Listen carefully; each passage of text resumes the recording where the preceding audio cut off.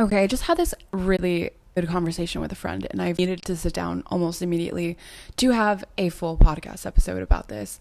Can you actually really have it all in a relationship? You can take bits and pieces from this person and bits and pieces from this person that you really liked. Can you actually attract one person that has it all into your life? Like, where and when should you compromise?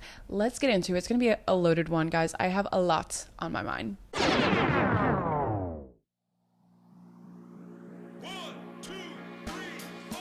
Welcome back to another episode of Way Too Wifey. I'm your host, respectfully Gabby, and in this podcast, we talk all things dating and relationships in this modern day.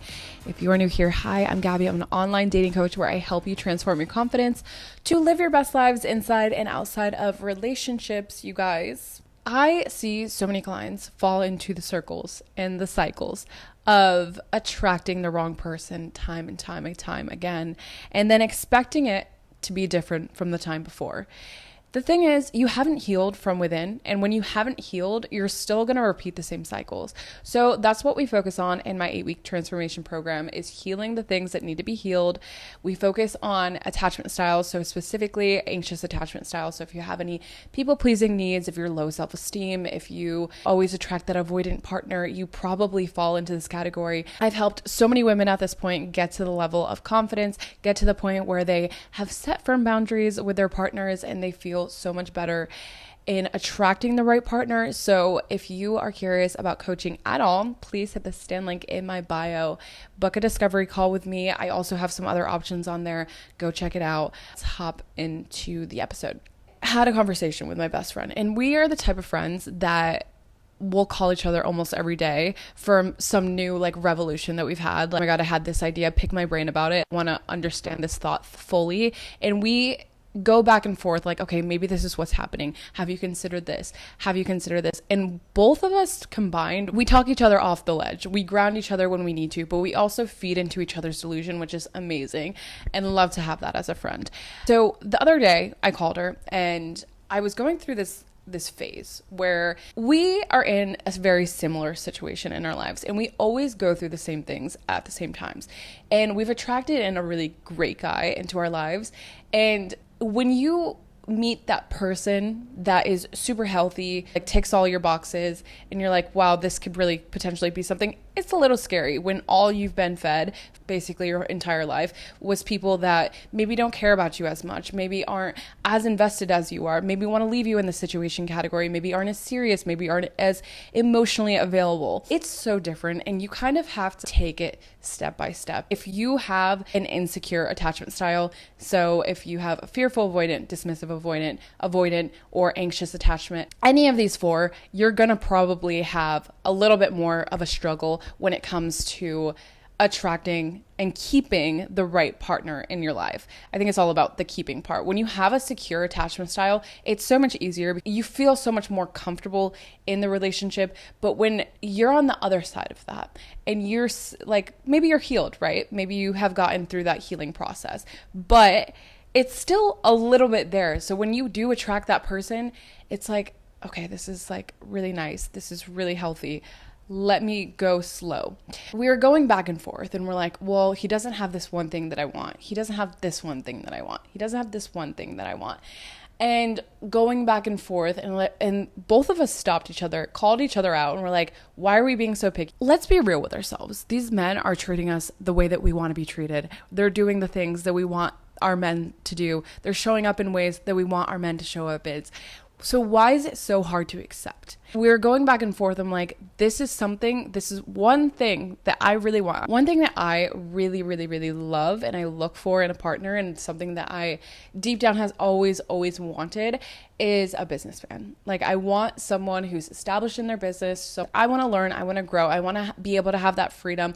I don't want my partner being in a job that they're in every single, lifestyle wise, it's very different.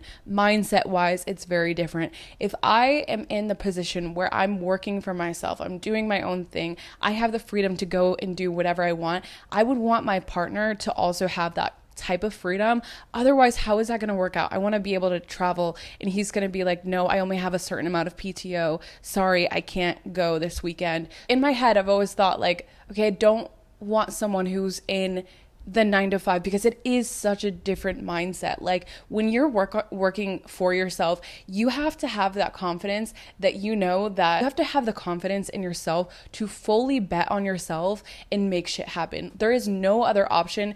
It is all up to you to make shit happen. And that, to me, I feel like screams confidence. Love that quality. And I love being able to learn in that way from my partner, from whoever I'm dating. So that was one thing this guy was lacking. And I'm like, that's kind of a big thing for me. But he has every other thing. Like every other part of what I would want in a partner, he has. But then other guys that I've dated, they have their own businesses. They have their own things going on. They're doing really well for themselves. But do they have the time to really invest in me? Are they as serious about me? Do they have a bunch of other options because they're in a position where they can do that?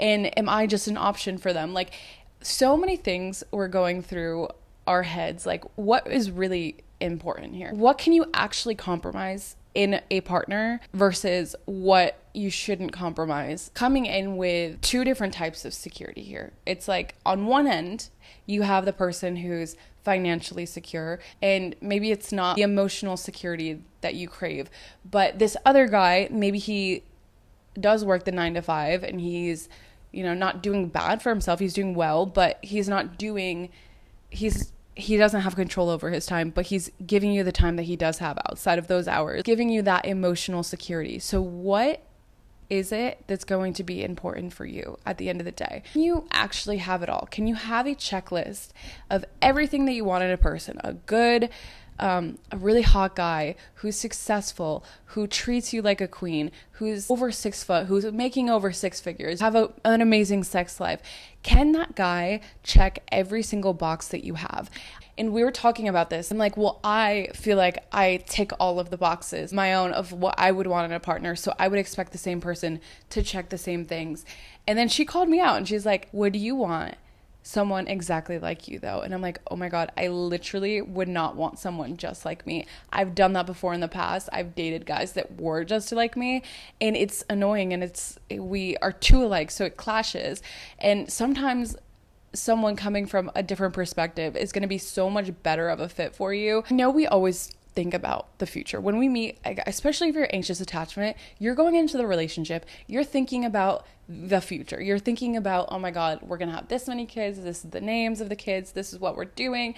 We're going to have such a happy life. But while you're envisioning your future together, let's get to the realistic view of your future together. What is your everyday, average day going to look like with this person?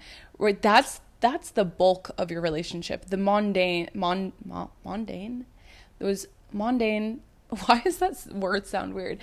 Those boring days that not much is going on. What is that going to look like for the two of you? What is it that you want to do with your partner? Do you want to have some do you want to have a partner that's going to be like, hey, like, let's go and do this? Or are you more of a homebody and you want to, relax at home, and you like the routine, and you like, just getting in your PJs and like having movie days all the time? What kind of life do you want to live? And is that person going to want to live the same life as you? Because I think when you think about it, like, maybe that person checks every single one of your boxes of what you want from a person, but do they check the box of like that boring Sunday? What do you want to do on that boring Sunday? If this person's like, they want to wake up and hit the gym at like 6 a.m. on a Sunday and go for a jog on the beach, and they want to do this and that, and then they want to just chill for the rest of the day inside, but you're the type of person who wants to wake up at 11 in the morning and you just want to have an easy morning, and then maybe you hit the beach, and do you guys fall on the same page about what you want to do with your lives on your boring days? Do you have enough time to really spend together? Do the same things? Do you have the same travel interests? Like, what is it? How do you picture your life? I think you need to get clear about how you picture your life, and does this person really fit into that? Because sometimes I think we focus too much on the wrong things. Someone being like, oh, I have to date a guy over 6 foot. Is that really what's going to bring you happiness? What if that guy that's 6 foot, hot as fuck, super successful, doesn't treat you right, and he doesn't want to do the same things as you? He's on a completely different page, looks wise, personality wise. this is the kicker here. Another thing is like personality wise. Maybe he has a fantastic personality, but is he treating you well? Some people are just super charming. They're super good with people, but does he have interest in you? There's so many things that tie into a relationship, and I don't actually think that one person can have everything that you are looking for. You want this really good career from this person, you want this really great family life from this person, you want this really hot guy that's really good at sex, and you also want this person that's going to give you this emotional security, who takes care of you, who does all the things that you want to do. Not one person is going to have everything, realistically, and not everyone is perfect. You have to decide what really matters for you, because when you make your expectations and you write your list of everything you want in someone, usually your list not as relevant to the type of person that's going to bring you long-term happiness. That person who's 6'5", chiseled, has the abs, has the everything going for him, is that the type of person, like, yes, you may want them, right? But is that the type of person that's going to make you happy, that actually wants to see you happy? Personally, I think keep certain things more open. Go in to things with an open mind, because you actually never know what's going to turn out of something. Because usually I think especially when you're so used to this toxic relationships, situationships, that super avoidant guy that you are super drawn to all the time, when you go after people like that, and it's on a consistent basis, they're giving you this thrill, they're giving you this chase. It feels like exciting and new and fresh, and you want to know everything about this person. But is that the same person that's going to give you the emotional security that you're looking for, and that safety, and that person that wants to make you happy, and that person that's excited to see you? I just don't really see those two things being very compatible. Who can you actually be best friends with? If you want to have a life with someone, and if you want to have a successful marriage or successful long-term partner, you have to look at it in terms of, could I see myself being happy with this person 10 years from now? Can I see myself really being happy with this person and doing the boring things together, just being myself? I can relax around this person. I know they have my back. I know that they are my best friend at the end of the day, and not like the best friend that you're drawn to because they're toxic. And I think a lot of people lie to themselves when they're saying like, oh yeah, they were like my best friend. It's like, yeah, but your best friend wouldn't hurt you. Your best friend wouldn't make you feel like shit. Your best friend you would be able to trust. Your best friend you would be able to open up to. Your best friend you would be able to laugh with, and it would be a good time, and you wouldn't have to worry about their intentions with you. The person that you can do everything with, but also you trust, but also you can laugh and have a good time with, you can be yourself with.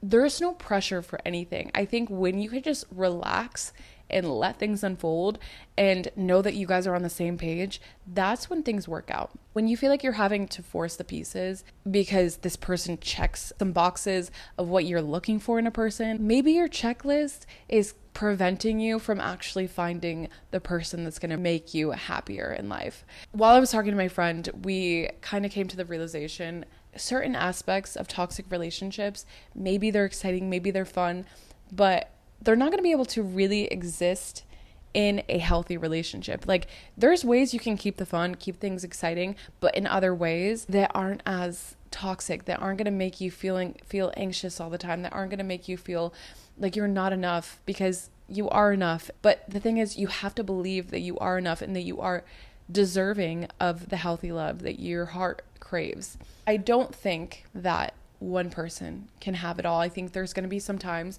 where you do have to compromise on certain things that you think you want, but really isn't adding any value. Is me wanting a businessman in my life, is that what's going to make me emotionally happy? Is that what's going to bring me fulfillment? I can get that aspect from someone else. Like, I can have other friends that are business related that I can learn from and grow from and build my own business with. Does that mean that my partner has to have that? And if he's willing to still travel and still do other things, then why does it matter so much if he isn't all about business and that type of thing? It doesn't matter. If he's going to treat me right, if he's going to make me feel like I can be myself, if he's going to allow me to open up and be comfortable around him and bring me that emotional security. And on the days where it's just a boring day, we can still have a good time, still want to do the same things. Like, that's what's going to make me happy at the end of the day. As not every single person is going to fill every single cup. There's even different friends for different things, right? Like, you have the friend that you go to about your emotional stuff. You have your friend that you go to about, let's go out and party and let's have a good time. And that's okay. Like, it's okay to have different friends for different things, and just know that that's where they're at. Like, that's the relationship dynamic that we have, and that's okay. But I'm not expecting my friend that loves going out, that loves to party, who's always a good time, I'm not expecting them to go to Pilates with me on a Sunday morning. Like, that's not the friend, and that's okay. Not every single person is going to fill every single cup, and I think you have to be okay with compromising on certain things that you think you want but isn't going to necessarily make you happy. Full circle moment I was thinking about. But we'll see how everything pans out. Life is funny and exciting. And that is it for this week's episode. I hope you enjoyed it, and I hope you got some kind of value out of it. If you did, please leave that 5-star rating. Please leave that thumbs up. Turn on your bell notifications so you'll never miss another episode. Thank you guys so much for watching. I love seeing comments from you guys. It's really what keeps me going. So if you want to drop a comment, talk about this episode, talk about this video, love to see it. And yeah, thanks so much.